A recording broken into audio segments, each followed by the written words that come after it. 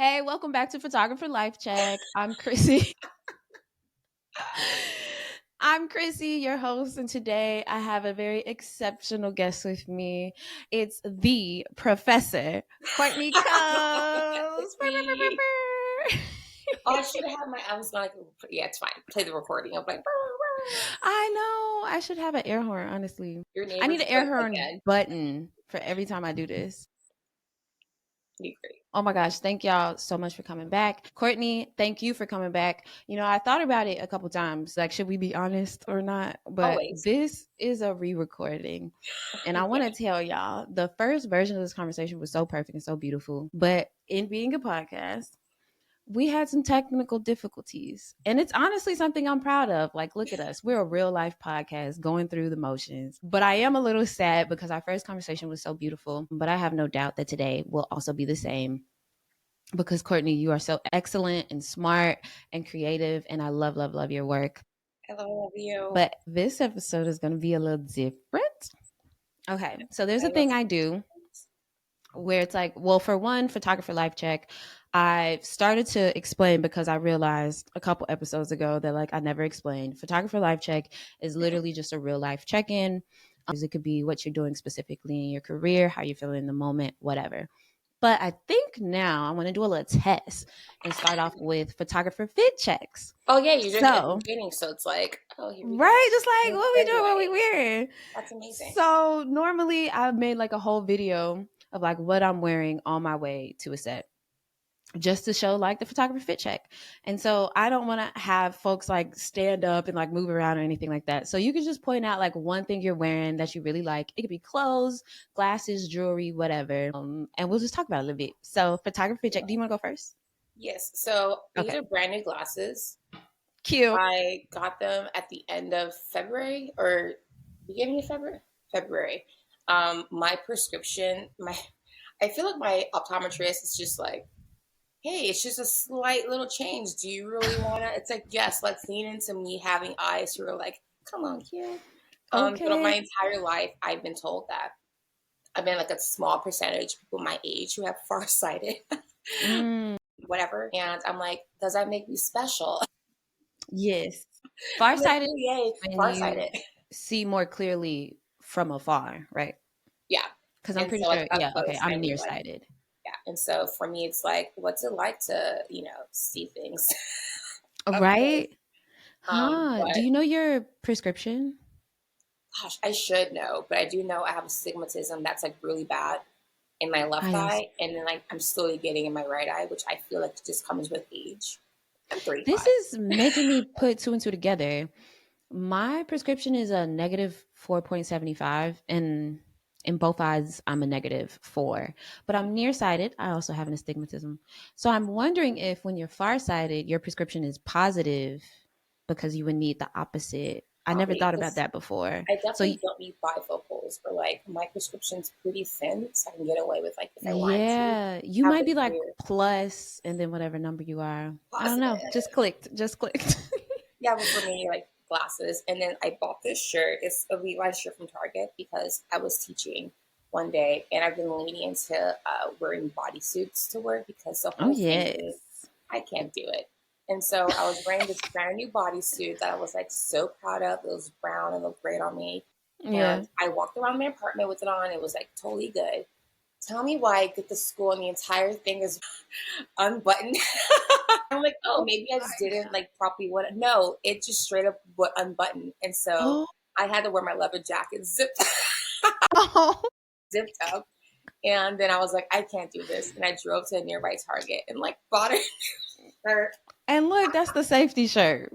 When you down bad. When I wear it, I'm like, this is because my brand new bodysuit was like, hello world. And exactly that. It's like, here we go. I'm like, this is inappropriate. Like, I don't care about anything showing, but it's like, this is school and this is like. Right, because it's school. It's the wrong At least you don't teach small children. That's what I said.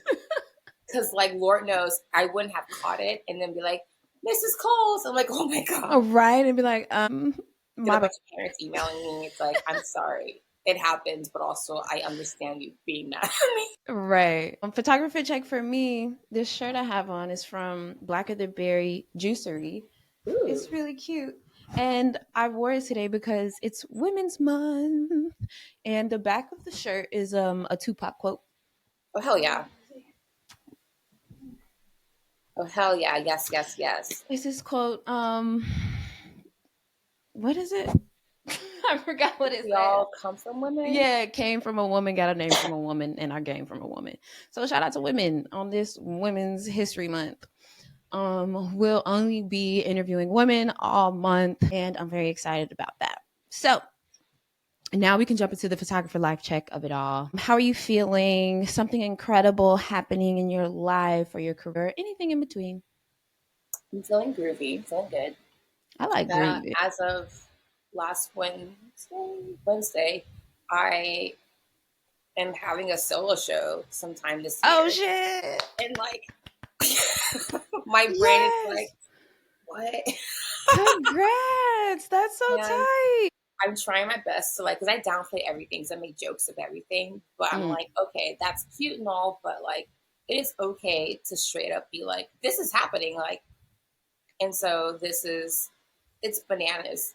I It feels fast because it is fast, but it's yeah. just like the universe going like, you can handle this. Go forth Hell and yeah, you can handle this. I mean, with that being said, can we jump straight into the work of it all? yeah. Oh my Um, God. like the So, in work I'm case, making or showing, or just like me in general. oh, just your website, the work you already have. One Yeah. thing I love about your work as I'm like pulling up your website for folks. Also, I realize I should make a note that you can watch and listen to this podcast. And so for those that are watching, I always pull up the photographer's work that I'm interviewing and talking to, or anything else we might want to look at that they're talking about, like old projects they may have done or something recent happening. So if you ever want to see what we're doing, all of the links will always be in the description box, but I also show in real time as we're talking about things. So as I pull up your website, one thing I love about your work is it seems so very intimate. It seems like you like naturally geared towards softness and intimacy, and that you have work on both ends of the spectrum. Courtney is so incredible because some of her work is very personal and family oriented. And I'm actually going to start off with one photo series called Momma that I absolutely love and we be talking about to the end of time. And then the opposite spectrum of your work is something that's like a little not safe for work. But those images I think are just as beautiful. And I went back and forth. I'm like, can we show this? And I think we probably would get taken down from I like feel like YouTube and YouTube stuff. would be like, nope, nope, nope. Exactly. YouTube would immediately take it down. So, like I said, the links will be in the description box for those who want to see the rest. But we will show Momma here. So I'm about to share my screen. I just want to tell the chat, this is Red Bull and this is coffee. Please don't think I'm like out here getting drunk. Okay. I did have some Hennessy and like lemon because my throat feels my throat. And my mom is a Southern lady, so you know that's a thing. I'm just missing my tea. So Exactly. nothing And wrong don't with try to taking some shame our new. guest here. I'm just Okay. not in my 20s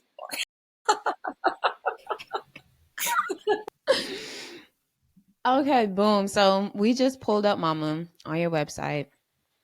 Images of your mom. Can you please tell us a little bit about this photo series? So, um, okay, I love talking about this series. I feel like I add in more or I take away some because I can talk about this forever, forever. And so, for the sake of time, my mom is my everything. She, that's it. My mom is my everything. Period. She is my first kind of introduction into being strong as a woman. I grew up in a Baptist church, and my mom and my dad met 1,000 years, like 4 years ago, 1,000 years ago in the military. And my dad is from the Valley. And so my mom was introduced to his home church and just being plugged into that. And she has a heart of gold. Shout out to my mom for being amazing. She immediately, I guess, joined the team of the missions team for the high school, like, Okay. middle school, teenage kind of like youth or whatever. And that specialty, I guess, that group is the 18 to 24-year-old, 16 to 24, because that's like the age group that, falls away from God. It's such a funny thing. Falls away from God. And her heart was like, really kind of guiding them. And so for me, watching her do that, it was like so inspiring. Meanwhile, I'm like questioning the Bible all the Yeah. time. And she's like, I regret teaching you how to read. And so, in the midst of all of that, I'm learning that women should submit, and, the men are the, head of the household.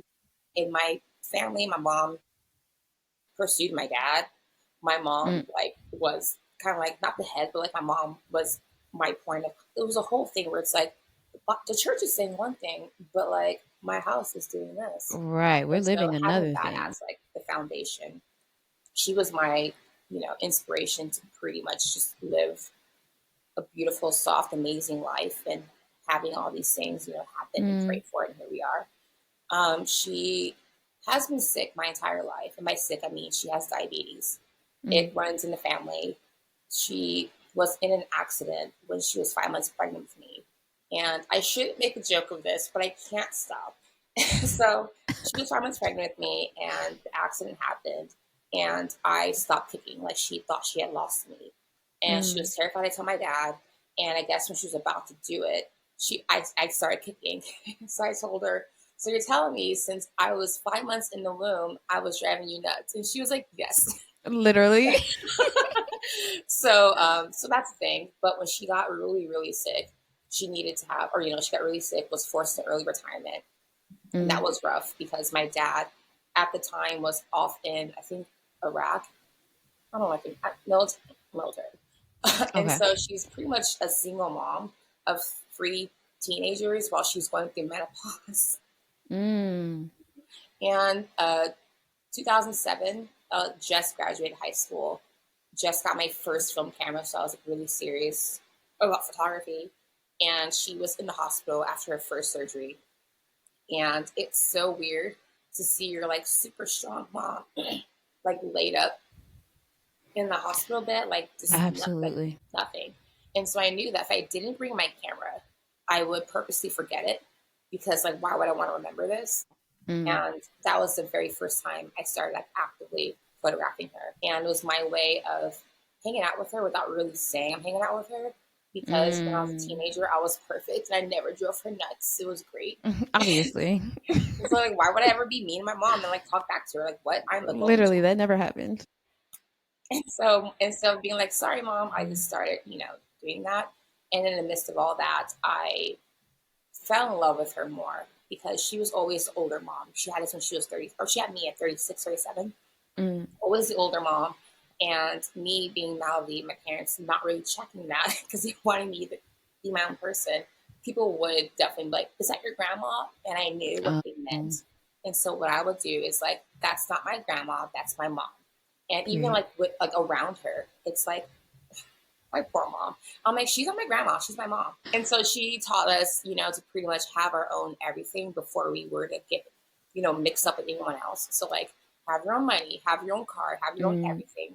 And if you live with someone, it's because you want to, not because you have to. And I'm like, duly noted.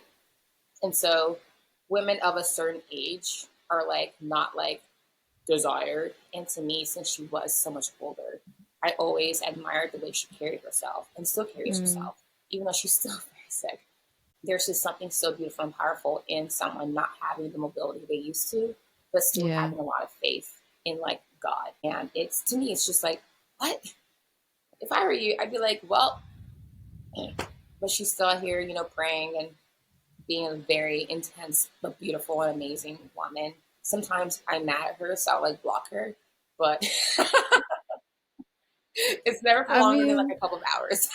okay, like we all have those moments with our She's gonna hear this moms. and be like, "You block me?" It's like, "Yeah, lady, you don't answer my texts. I have to ignore you for a little bit. Like, don't be rude." But speaking of how you just said, like, that you admire that she's still, though, like through like losing mobility and potentially strength in that regard, that she still takes care of herself in other ways and still has faith. It makes me think about this photo. I love this photo so, so much. I think it's so beautiful to see older women still kind of like love on themselves in this way. And like we all have different relationships to makeup. So some of that could be assumed that, that I think she might have a positive relationship to makeup or not. But it's just something beautiful about watching a woman pamper herself, especially with that idea that like older women are tossed out, thought as like no longer valuable or no longer beautiful because they've aged out of beauty. I'm using quotes for those not watching because I don't think that that's true. But this one is so magnificent because it's also obviously a photo she would not have asked for. And it makes me think of my mom and my grandma looking in the mirror, and they probably wouldn't want a photo in the process. It's like, take a photo when I'm done, babes. But Yeah. I don't got all of the things on or something like that. But it's just so like I feel like I'm staring in the mirror too. And this is just such a beautiful intimate moment that is just jaw dropping.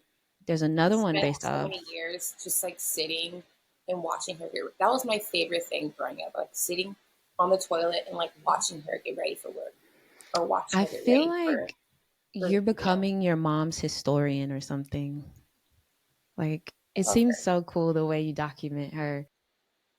It's inspiring me. My mom lives in Chicago though, so I don't get to physically see her as often, but it's really making me want to just document her more anytime I go over when I go back home.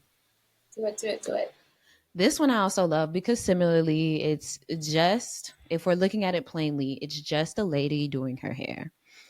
But to me, it is so much more. She's like literally taking care of herself. Then you see like these speckles of gray and then the speckles of her color. And what I absolutely love in the background is you can make out the Motions bottle, which most of us grew up on Motions.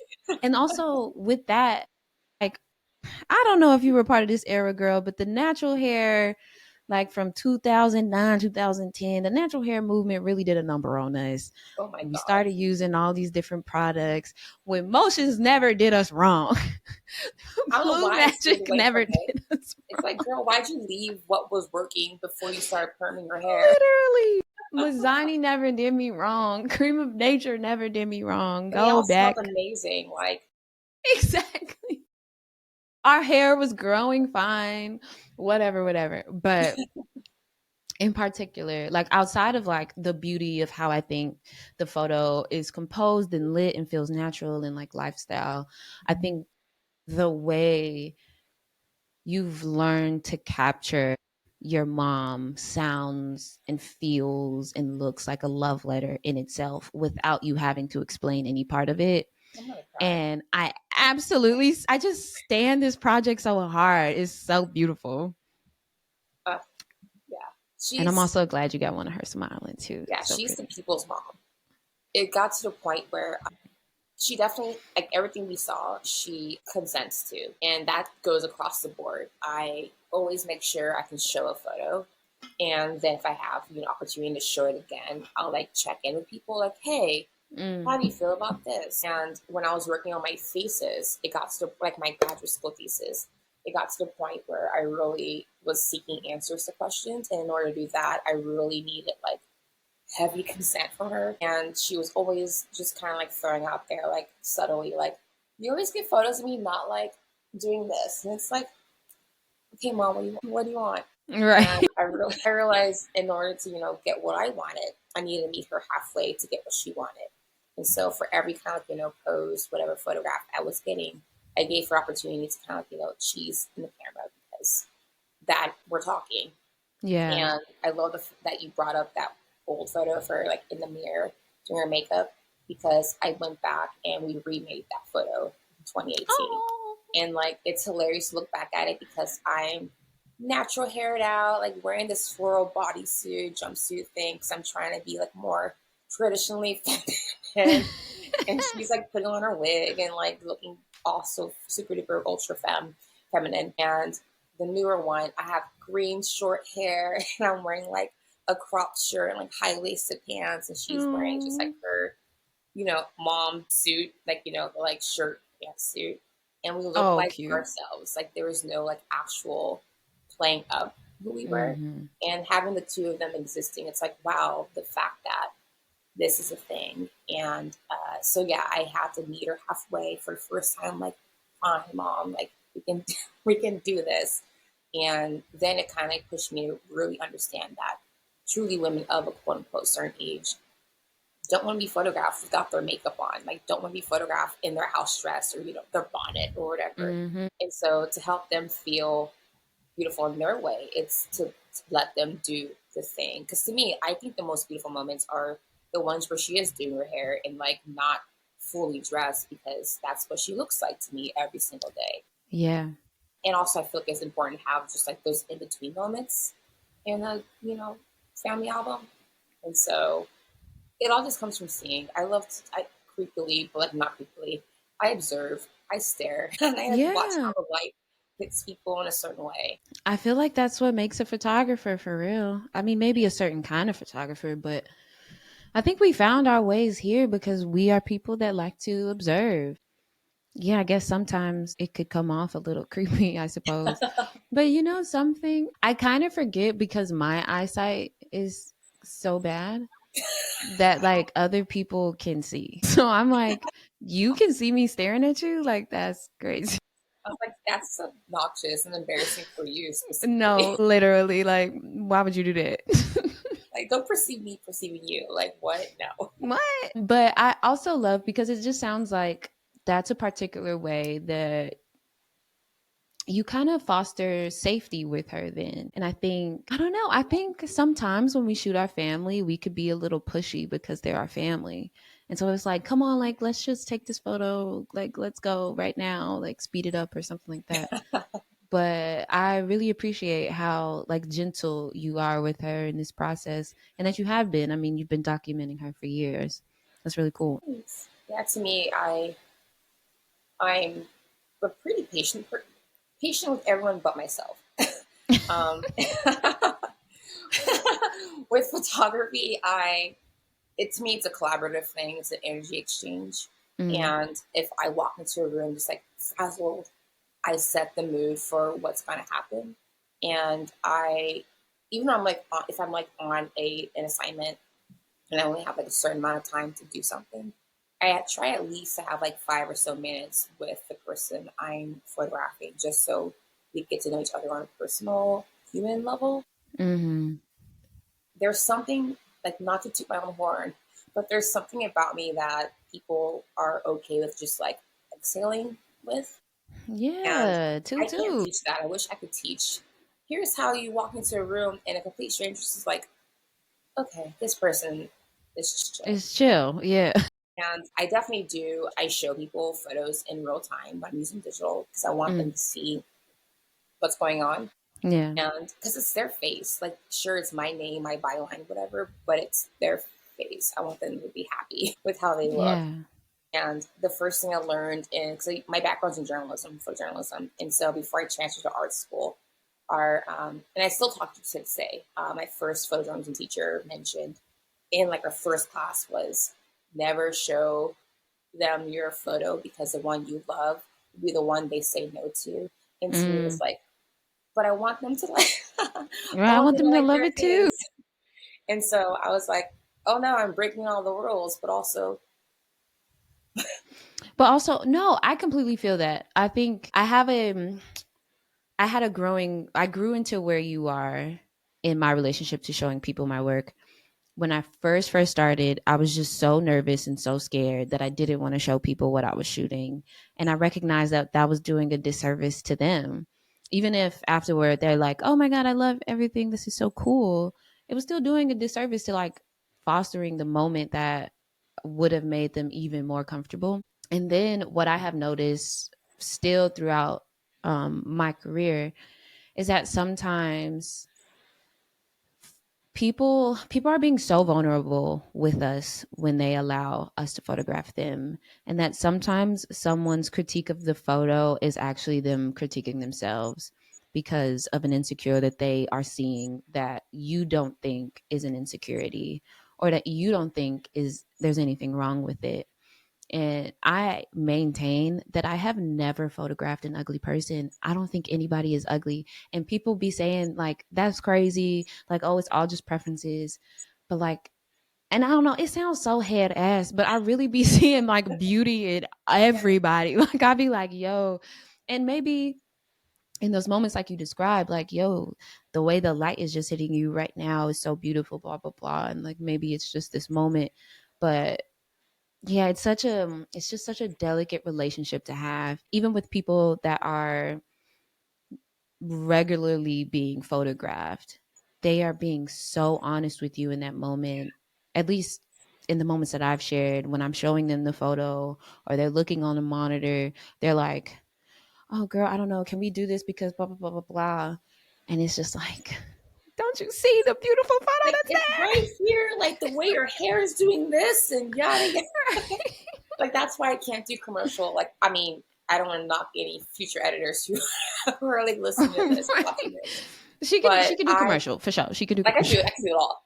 Uh, but there's something so, because I'm such a, like, I like slow. I want to take my time. I want to Yeah. not have things done and do yesterday. I really want to let it live because like that's part of my history with film. Like I start with film and then it's just, you only have 36, 12, whatever frames.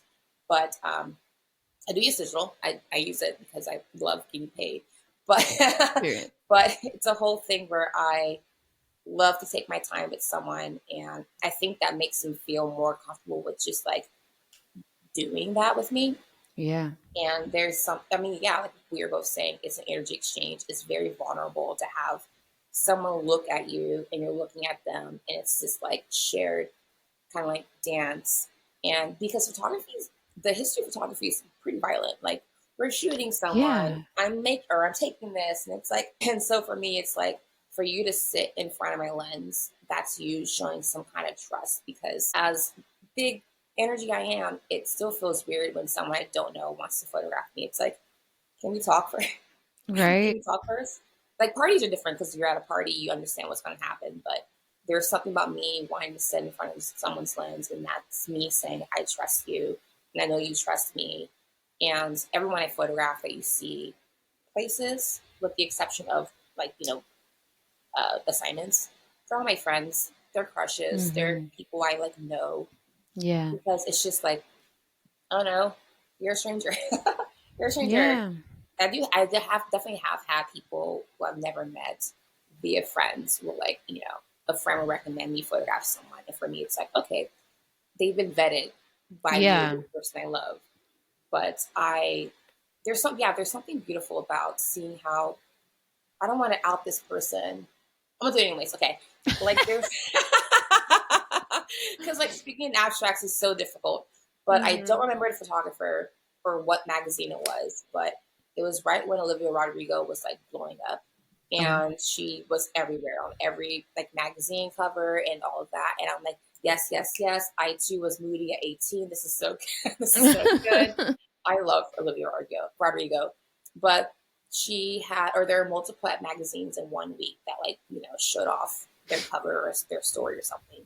And one complete, like so effing beautiful, just so, it's as if I knew this person. I was like, wow, you were able to get this for a spread.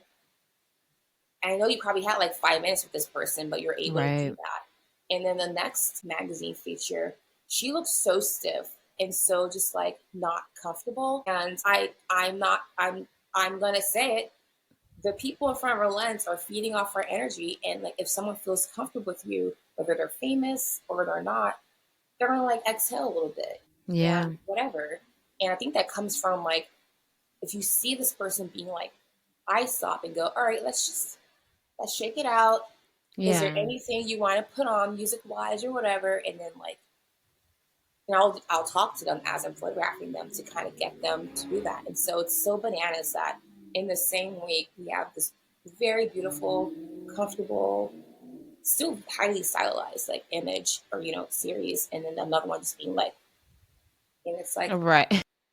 especially at like 19, 18, 20, we're full of life. Like there's just Yeah. Like, they how is love it? me. Yeah. So I I feel mean, like there's a million variables, but I completely agree. that this is an energy exchange, and the role of the photographer is more than to make the image, is to connect with the person that you're photographing. Yes. I'm curious around how you teach photography to your students outside of the technical stuff, of course. But when you're trying to teach them about like these important things during a shoot, or how to really feel and make your image, what are some of the things that you share? Sorry, I like regret this Red Bull. It's like, No, like, it's okay. because I Take a want to break. belch. Take a break. I love this question, and okay. So as a Virgo, I want to make sure everything's done perfect and right. And if I make a mistake, it's because I meant to do that. Period. So, but so I watch my boss, the chair of the department. I watch how he teaches. I've sat in on critiques or a critique of another colleague of mine because I really want to see how people like their different teaching styles, and especially of a college, they are both tenured. So it's like, okay, you clearly had to do a lot of things to get to where you're at. Let me learn. Yeah. And so everyone's teaching style definitely works for them. And I'm like, this is amazing how we all teach similar things, but are coming at it from different perspectives.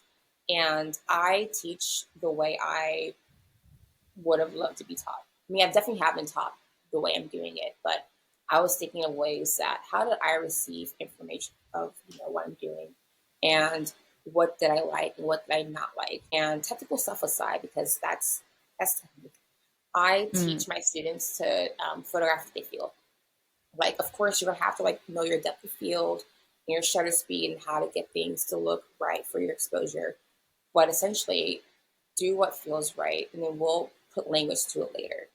I don't limit what they can photograph because that feels like I'm telling you, do what I want you to do.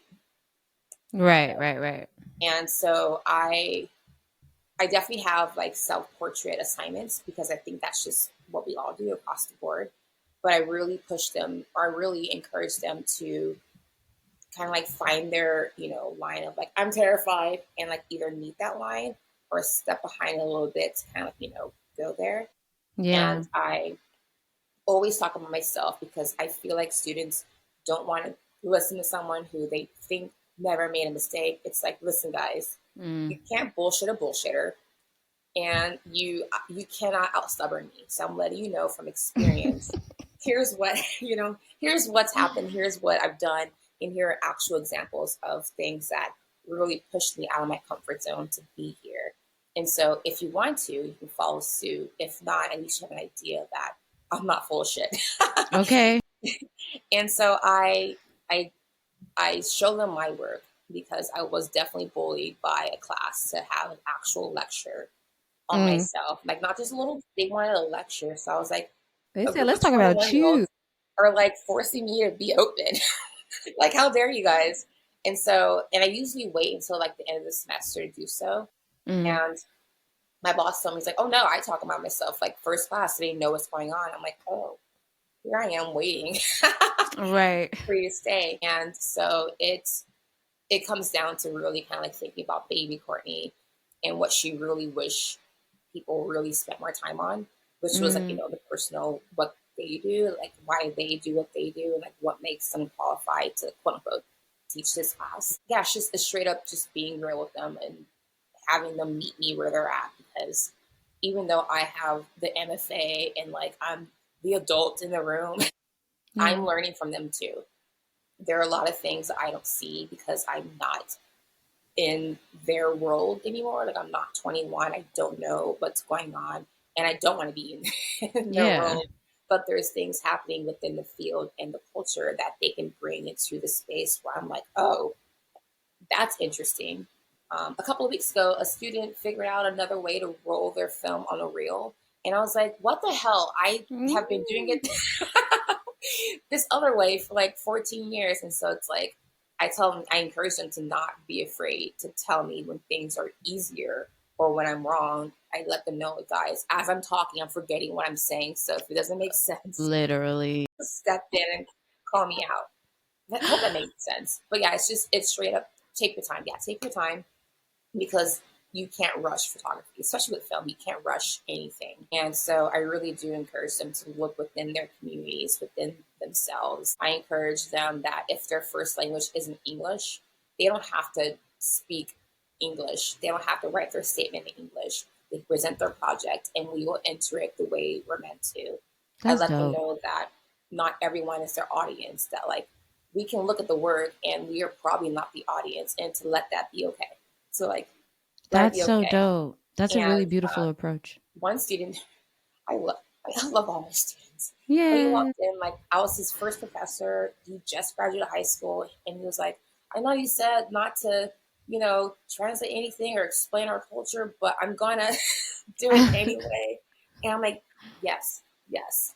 But to me, there's no need to go like be a silly, selfish American. Like, excuse me, what does this mean?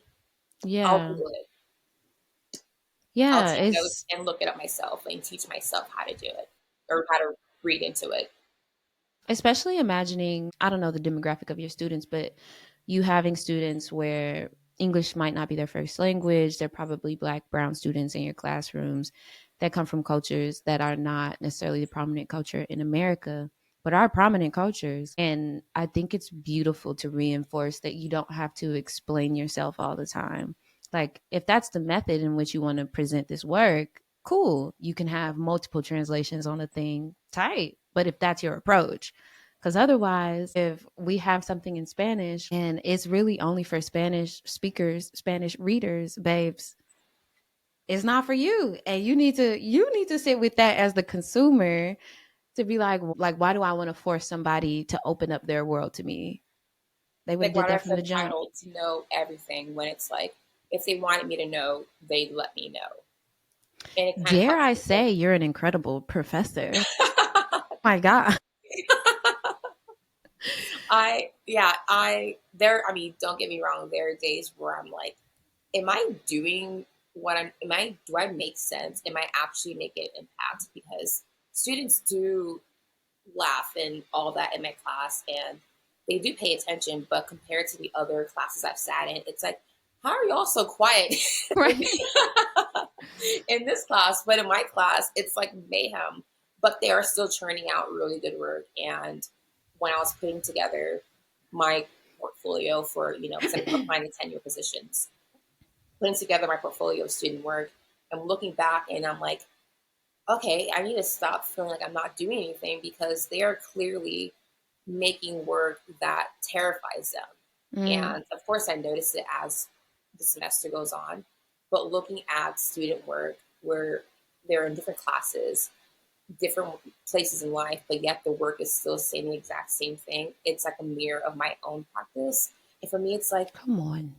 even when I tell them, like, don't make work that you think I want, it's still Yeah. them talking about their mental health, them talking about their space in the world.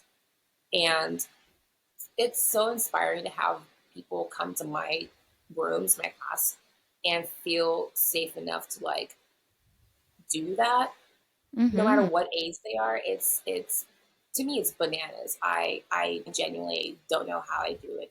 I do cry during critiques. Don't think I'm like stoic and just like good.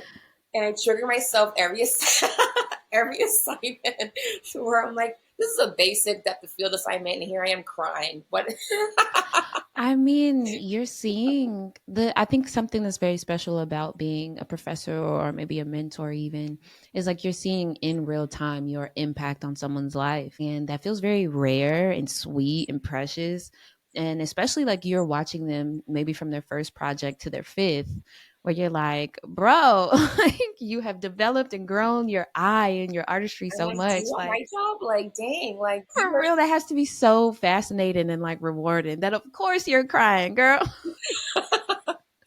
And it becomes a thing where because my thing is, I definitely do encourage everyone to cry and just not be afraid to document that, because Yeah. that's what pushed me at my comfort zone, was when a Mm, professor in undergrad did that.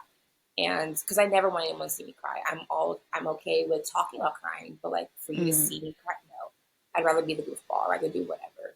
And to present that and have these raw emotions on display, I let my students know, if all you're feeling is just crying, and nothing else is happening, document that. Even if it's just for yourself, document it. And sure enough, half my class, my portrait class last semester, straight up, and here's more photos of me crying. And I'm like, thank you for sharing this with me. And it's having them, dig deep. And I use photography as art therapy.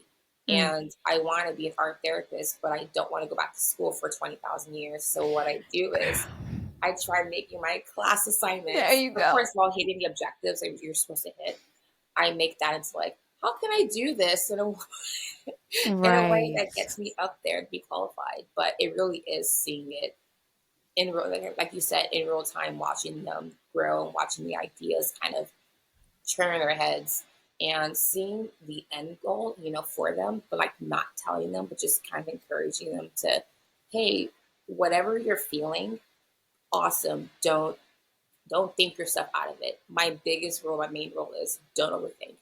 Don't overthink because you'll think of ways out of it. And then what? And then what? Just feel. And so also just feel. The answer will come eventually. So yeah, it's like do it. Do what feels right, and then we'll figure out the language. And also don't listen just to me. There was like 8 of us on staff here. Go talk to other people. And it's just to trust in the process because you'll make mistakes, but it's better to make those mistakes because you did it and not because you're like, oh, I don't want to go that far. Or here's your line, step back, and then like I see the line, but I'm not ready yet. So I'm gonna like do this. Right. I can talk about teaching all day. It's one of my greatest loves. I effing love it. I feel it, and I'm so glad you love it because that means your students are being taught well, for real. I mean, millions of us can tell folks horror stories about the teachers that don't love to teach. We've all had at least one, surely more than one. But in that regard, incredible professor, and kind of just following the flow, letting go through so hard, you ended up with a Pulitzer Prize finalist image, or more images, excuse me. Yeah. So let's talk about that. How do we become a Pulitzer Prize finalist? I'm about to pull it up because y'all probably think we capping, but we are not capping. So I'm in the era of talking my shit and letting it live. Period. Because I don't know why I try to be quote unquote humble about it. It's like, nah, dude, I did that. And Period. So you caught me in the right place of like letting it be. Okay, so I feel like winning a Pulitzer or even being a finalist is the kind of like the holy grail of being a journalist, photojournalist. Like that's just like an honor. Yeah. So what I did, or when I left journalism in that space, I kind of like let go of that dream of winning a Pulitzer or something because it's out of sight, out of mind. And I had a friend tell me that you're not a freelance photographer, you're an artist who gets commissioned. And from there, I kind of shifted my view of how I saw myself because I was like, oh, wait, like no disrespect to those who are freelancers and, that's their editorial, their commercial photographers. That just wasn't me. And I was like, oh, that makes more sense. And so I gave up on ever winning any kind of like journalism award. And I was just because your background is in journalism. Yeah. Like I approach everything I do with like that eye, but I also just like let it live. And so I was reached out to by an editor at Wall Street. And the way that was in Wall Street's world was a friend of mine is also a photo editor at Wall Street.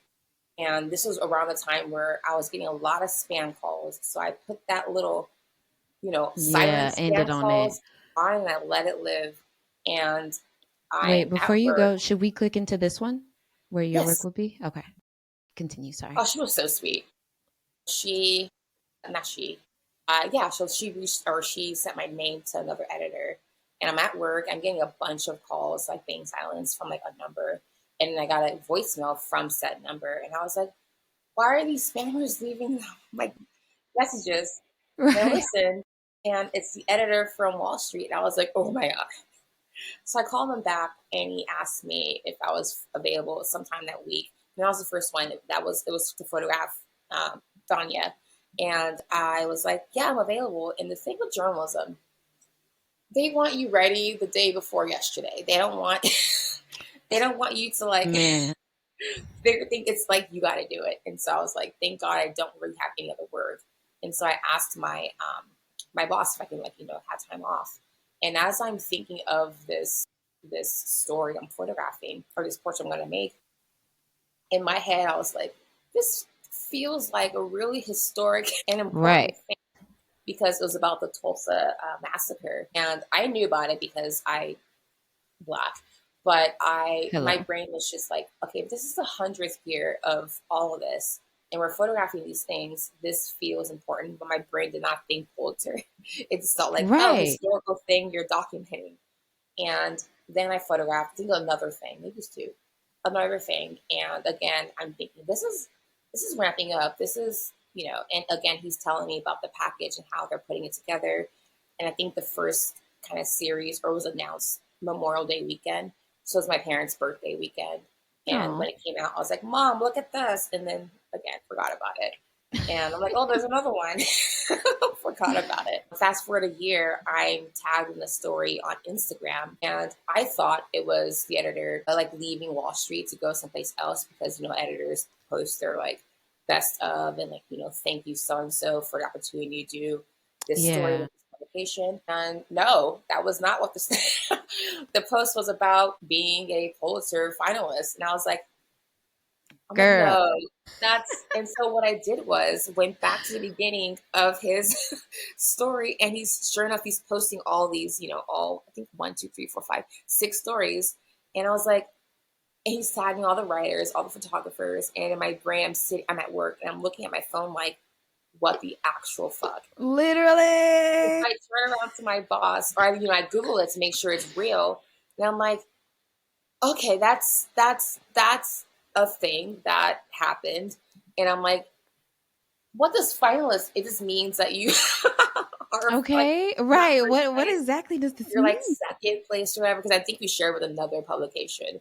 But I told my boss, and she was like, holy shit. And so I called my mom, and she was also like, praise God. Okay.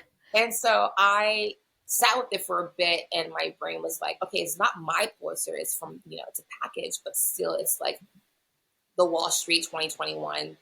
Yeah. That was their thing. And so I'm like, shit.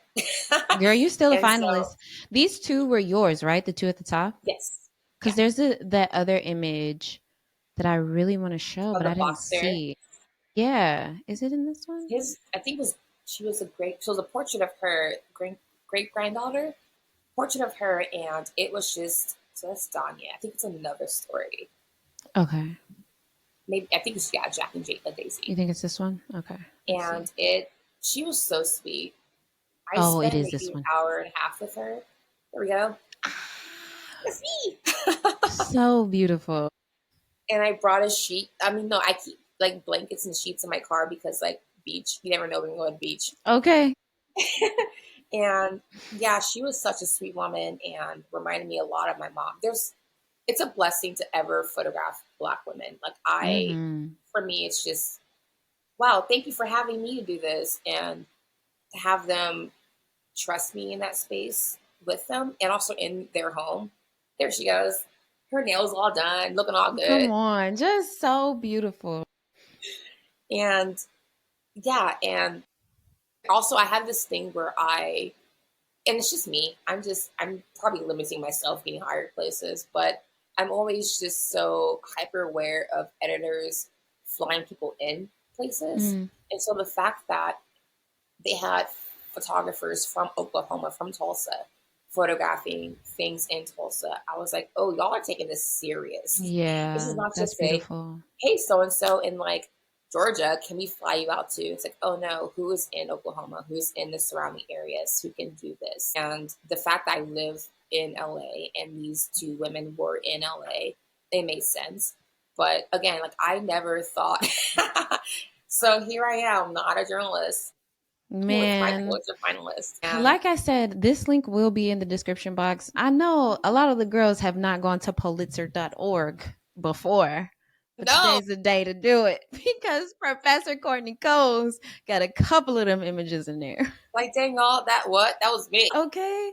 Like this is like history squared. Like the story itself is so beautiful, which I really do encourage everybody to go read these stories. Like Courtney said, like this is really like a team effort. There were other people a part of this project. It's not just her being the Pulitzer finalist. I was able to read them after our first talk that I'm like, y'all really should go just read and learn about these people. And there's been a lot of projects about the Tulsa survivors and the last ones living, I think just because, you know, folks are in their hundreds at this point. So it's really important to document this era of life and their descendants and what it means to be a Tulsa massacre survivor, really. But this is so incredible. I'm sure you made history. I don't know how many Black women photographers on this list, but you being there made history, girl.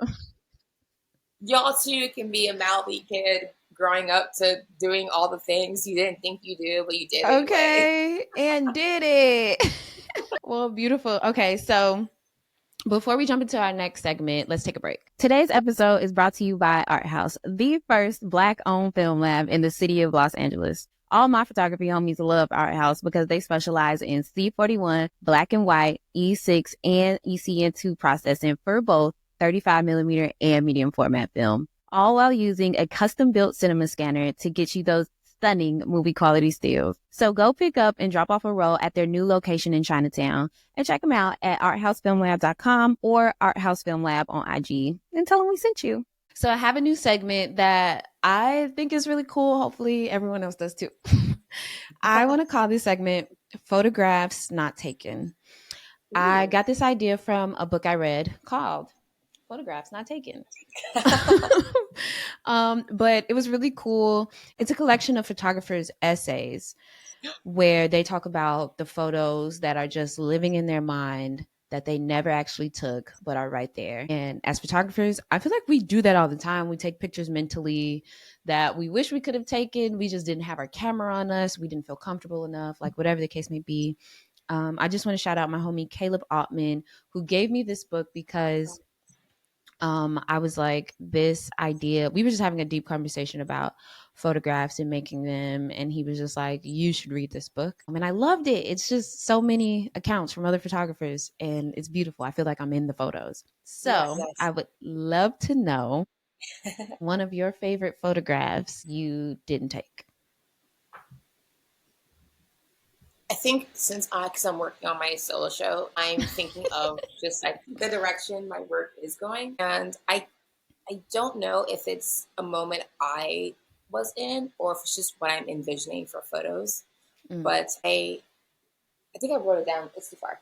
But it's a photograph like with, so it's the person's back towards a mirror and like I'm sitting like, crisscross applesauce around their back, whatever. Yeah. And they're embracing me, but I'm photographing us. And I think that's never happened before, but I want it to happen because to me, it's a deep kind of like sign or deep, intimate, emotional bonding kind of thing. And I just love intimate photographs of people in intimate spaces and also expanding what it means to be intimate outside just, sex and such. And for me, it's both clothed and unclothed. But I feel like, I don't know, maybe I've just sat with someone before. I'm like, oh, this will be a great photo. And then just never, Right? never did it. But I can like see it in my head. And I don't know. I don't know if I'll ever make it, but I'm pretty sure I'm like on the hunt for it. I love it. But I don't also a lot know. of photographs of people in beds. Like I love morning light. And so to like photograph someone in the morning, like having the light drape and dance on them, that's something I'm always envisioning. But I think I definitely have made those photos with my former partners. So for me, it's just, there's something about being like intimate in bed and you're sleeping or you're just like laying and, talking and wanting to document someone in that way. Yeah. I'm very certain I have photographs of her early on in a relationship of that, of those moments. But yeah. So those are, I've made the images, but there's some more I want to make in different spaces because the light just dances in different ways. It really does. Yeah, Morning it's and light. also numbers on a dance floor. There's just something so beautiful about like dancing, and then you see two people having their moment, and you're in a sea of sweaty bodies, but it's just they are having their moment, and there's Oh my something so God. beautiful about that. And There's those photos exist, literally, but there's something about having your own photo where it's like, I have yeah. this record of this, and it's me, or it's so yeah, just love. I love love. I know. Oh my God. There's this event photographer who I wish I could remember their name, but that's their specialty. They find moments of like love or intimacy in the midst of these events. And it's the sweetest thing. He literally, at least I think it's a guy, he literally makes these moments truly feel like a still in a film. Like everything is just background noise, and all that's there in this room are these two people. But he's doing it for the whole event. And I'm just like, oh my God, I can't believe I can't remember his name right now. I But want in that that way, job. I love that so much. I I hope you can't got wait for their you to names make and your like moments gave like them that. those photos. Oh my god. It's so, so sweet. Okay, beautiful. So next we'll go to the gear don't matter. But this segment I love because people are always talking about when it comes to a photographer, they always want to know what camera we're using because they think all the work is in the camera and it isn't. Because if it was, we'd all be taking the same photos. But that is to not, shame our gear. Our gear gives us a lot. There's so many different pieces that involve gear in making a photo. So I would love to know what's your favorite piece of gear, and it doesn't have to be a camera. So I'm just gonna name the cameras anyway because I feel like people are like, yeah, we heard all you say that, but like, what Right. does she have? Wait, let me grab this one. Okay. So this is Jameson. He's my Hey, Mamiya 645. Jameson. He's a special little angel. He's not the one that I used to make my photographs of my mom. That one, her name's Autumn Lee, and she R.I.P. in peace is Oh. sleeping in my closet. But there's Jameson, and I don't think I have a name for this guy yet. It's the Contact G1 Okay, fabulous. and a little 35 rangefinder. I use the two of them all the time, more the contacts than the Mamiya, and Mm. they bring out different parts or different views of my eye. So aside from like the actual full-on gear, I think I said this the last time. It's my patience. It's my Mm-hmm. patience. It's my patience. Because I feel like when you're rushing things, people can feel that. And even if it's like I need this done now, I try my best to look at the light, where the light's kind of bouncing off of, Mm. and then doing that.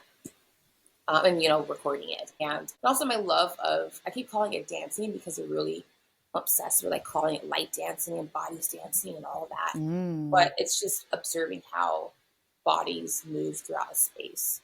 I have a lot of bed photos, and you're looking at the imprint of a body in the bed. When we're Yeah. sleeping, we're kind of dancing in our sleep because we're tossing and turning. Yeah. When you're intimate with a person, your bodies are dancing in the sheets. It's just Literally. how bodies move in a space, and it comes from watching. So I'm like laughing because it sounds so creepy from watching people. No, yeah. And when I'm dancing, my eyes are usually closed. I'm trying to feel the music. My eyes sometimes I'll like see everyone else in their own world, their own beat, and I think that's beautiful. There's just I something so love lovely seeing about. people in their own world. And we're sweating. We're all sweating to this day. It's just Yes. It's so yeah. My perfect. It feels patience. good. Those What else? moments where it feels like you're the only one who zoomed out for a minute and you're just watching everyone in their own little world. I don't know, it's something romantic about it. It's beautiful. And I Yeah. wish to always live on the dance floor under a disco ball, which I have a tattoo of somewhere. Oh, cute. There she is. That's a pretty cool approach of like light hitting it. Yeah. That's It's tight. for the viewers at home, you can see it. It's a Yeah. it's a Taylor Swift tattoo. Oh, I But didn't know that. it's definitely like a pandemic, early months of it because that was when folklore came out. And Mm. that was also when people were like, all right, let's just listen to this blonde lady, like why she and people realized, oh wait, she kind of writes good songs. And then she became who She's a good she writer. is now. But that song is titled Mirrorball, and like my friends and I were just like, we gotta. And we also have another one from the same album, but it really is just like, wow, we are so sad in our separate houses, and this is just the whole thing. So disco ball tattoo, but I want more. So I'm gonna add that link to the description so we can all see the inspiration behind or hear the inspiration behind the tattoo. Okay, moving on to our next segment. It's called Shoot Your Shot. I would love to know who is a brand or a company or a person that you would love to photograph or work for. okay, I would love to photograph Quinta Brunson because I came out to my mom using a Quinta meme. Really? Which one? People be People be gay. gay sometimes. I love that one. Shout out to And Quinta Brunson. like out here, just like yeah. And I think I posted on Instagram or Twitter once, and she like retweeted it. I was like, shit, Quinta knows who the frick I am. So Quinta, Janelle Monáe Salon, she just came out with I haven't seen it yet, but like this art, I think it's a film that she has at That's right. yeah, Mocha. Yeah, I didn't fully look yet either, but I was like, okay, Solange is coming. All right. I And love I this. straight was like, oh, I didn't do that. I'm like, dang, but it's here for a second, I think. So I want that. Okay. But truly, truly, truly, and you think I will think about this, but I think my brain has like with art, I just want to photograph any truly chill artist in their home or their studio or their workspace. I know that that's all very personal and you don't want a stranger in your house. Yeah. Respect. But I do want to work for a publication that does have the reputation of respecting artists to where they're like, oh, I will only do this for like a Apartamento or something where they have their on staff whoever's or their contributing whoever's to go out and do something. I just love seeing people not with their, public mask on. I want to get coffee with you at your favorite coffee shop or in your living room or something and just like shoot the shit. Like exactly. be together and like we don't have to photograph that day. We just have coffee, talk, and then come back another day. Like I really want to do long form essays or long form projects. I really love who am I listening to? I'm listening to a lot of Sabrina Carpenter. I really want to photograph Sabrina Carpenter. Oh, she's on my list to listen to. She is. Everybody's She's just been amazing, loving and I this think it's album. hilarious how Yeah. parents don't realize she is not the Disney girl she was. She straight up is like out here, like I want to be bleeped Like a down pop immediately. star. Yeah. It's like she's talking about like doing positions. It's like, guys, she's not talking about being a cheerleader. She's like out here talking about Right. getting hers. So I think this hilarious how the world are like, well, I should know more. I kind of want to name the episode People Be Gay. You should. I can talk more about being gay. That way it makes more sense. Right. I'm like, this is for the last 3 minutes of the conversation. Being gay is cool. It's okay to be gay. Right. Gay is okay. Damn, where's that reference from? It has to be. I love that you came out like that though. I was freaking I just out. love a reference. I love a reference. I wish I were a serious person, but that was what was leading to my thesis was I had to come out to my mom to get the answers I wanted. And so I remember vividly, I'm at my friend Devin's place, sitting on her couch. She's like, being on my phone while she's cooking dinner for us.